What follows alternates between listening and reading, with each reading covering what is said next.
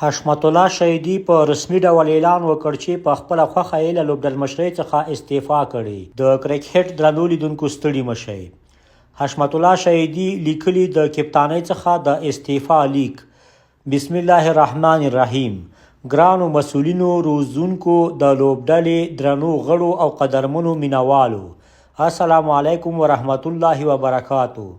نن زه بشپړ درناوي او رضایت سره اعلان کوم چې د خپلې شخصي پریکړې له مخې د خپلې لوبډلې د کپتانۍ له دندې استعفا وړاندې کوم.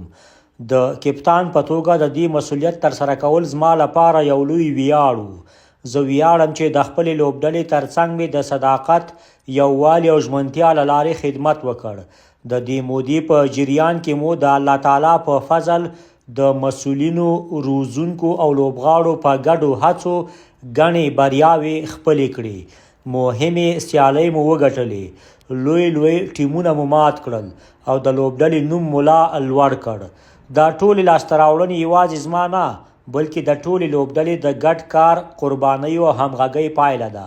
زه د خپلې لوبډلې له ټولو لوبغاړو څخه د زړه له کومې مننه کوم چې تل یې زما ملاتړ وکړ او په هره بریا او هره ننګونه کې راسره اوږه په اوږه ودرېدل.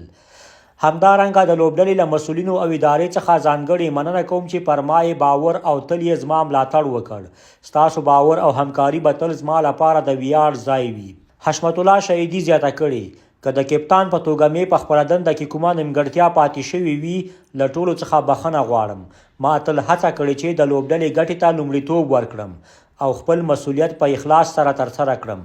که څه هم د کپتانۍ مسؤلیت پرېږدم، خو د خپلې لوبډلې د یوه ژمن لوبغاړي په توګه به تل د لوبډلې د بریا، پرمختګ او ویاړ لپاره خپلې هڅې جاري ساتم. زه باور لرم چې لوبډله به د نوي کپتان تر مشرۍ لاندې لا زیاتې بریاوې ترلاسه کړي. په پای کې یو ځل بیا د ټولو مسؤلینو، روزونکو، لوبغاړو، مینوالو او د خپل فامیل او نږدې ملګرو نه د زړه له کومې مننه کوم او د خپلې ګرانې لوبډلې لپاره د لا ډیرو بریاوو، یووالي او تلپاتې پرمختګ دعا کوم. په درنښت، ستاسو ورور حشمت الله شهیدي.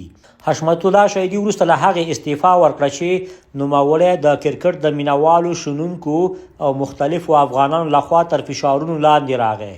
نیوکې پرې وشوې او بالاخره د یې استعفا ته اړ کړ. حشمت الله شهیدي په لوبډلمشرۍ کې مو قوي ټیمونه مات کړل، خو ډیره پورې پکې د نورو لوبغاړو پرفارمنس مهم و، خو د ده خپله پرفارمنس ډیر کمزوری و، نو زیاتره وخت تر نیوکو لاندې راته.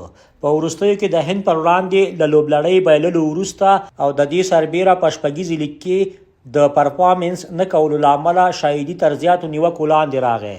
د ده په لوبډلمشرۍ کې بند امیر لوبډلې 8 ماتې سر په سر وخوړلې او په لومړي راونډ کې بهر شوه.